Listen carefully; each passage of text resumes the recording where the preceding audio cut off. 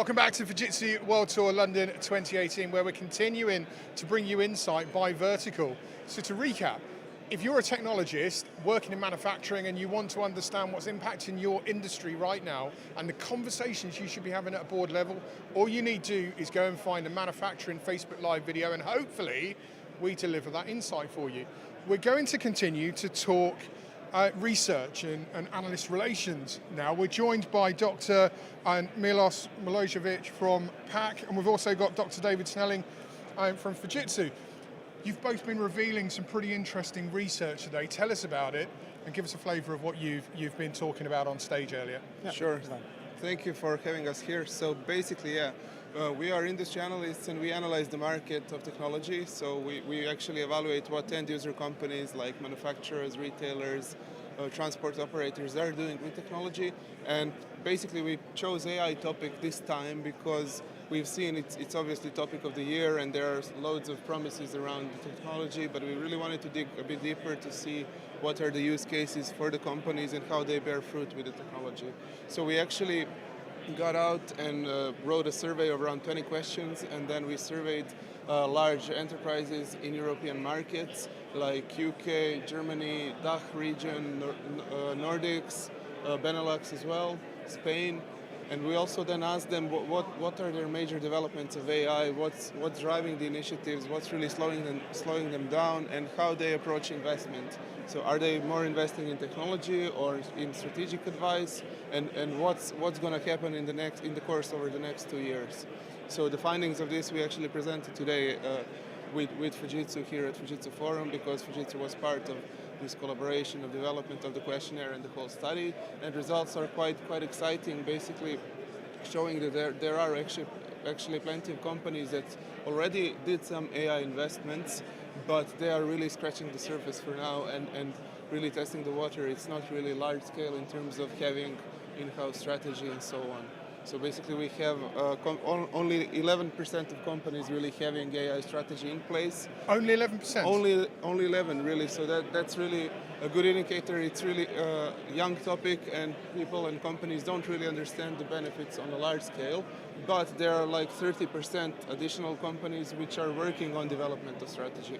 So we expect that really to increase over the next couple of years and have more companies with enterprise-wide strategy and also with use cases to prove that. David, why do you think there's so few that are looking at strategy? So one of the things that's happened with AI is that there's the Alexa thing you mentioned earlier. It's right there as something that's tangible that everybody can see. But for us, that's kind of a surface AI, which means that it's those things that people in the industry can grab and use immediately. Those are the places where we're seeing the investment. For example, between 45 and 55% in that range are investing in AI capabilities that enhance existing products or existing software. They're not spending anything more than around 20% on skilling up people, finding consultants, looking for increased knowledge. So what you're seeing is that 11% Milos mentioned is reflected in other parts of the survey as well. Industry is now investing in what you might call the low-hanging fruit of artificial intelligence. That thing that makes an operational thing today work for them. What's missing is that something happening at the strategic level. So there's no planning about how am I going to use AI to fix my deepest business problems. They're not even looking. And that's what we're going to see the rise in the future. Is they're going to put together a strategy. They're going to find, because their competitors will if they don't, they're going to find that there's bigger value here than the low-hanging fruit. The low-hanging fruit's easy to get, but the really juicy stuff's up top.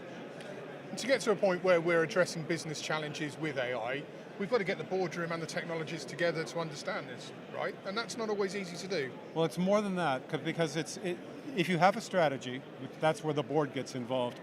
The real trick is to then engage with your suppliers, because there isn't a catalog that you can open that will solve your big business problems. There's a catalog that will do the surface AI, but there isn't a catalog for the deep ones. So you need to talk to your vendors, work back and forth with them, go through a co-creation process or something to create a solution for you.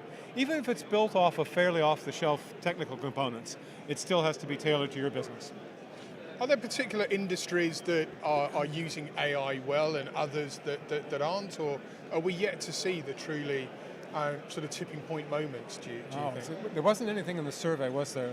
So basically, yeah, I took a sneak peek actually into the results per vertical. So what we've seen, and it's quite similar to other technologies like IoT and some related ones, we've seen really that companies in trade sectors, so like transport and professional services, are a bit more ahead than some of the manufacturers and industrialists. So they are really, sometimes due to the pressures in the market and competitive landscape, they are really forced to innovate further and invest more in technology. How quickly do we think we'll see AI accelerate over the next 2 years? It's definitely moving quickly now. It depends on what you want to use as your measure of acceleration. Will we see more in the press? Yeah, it's going to continue to run in the press.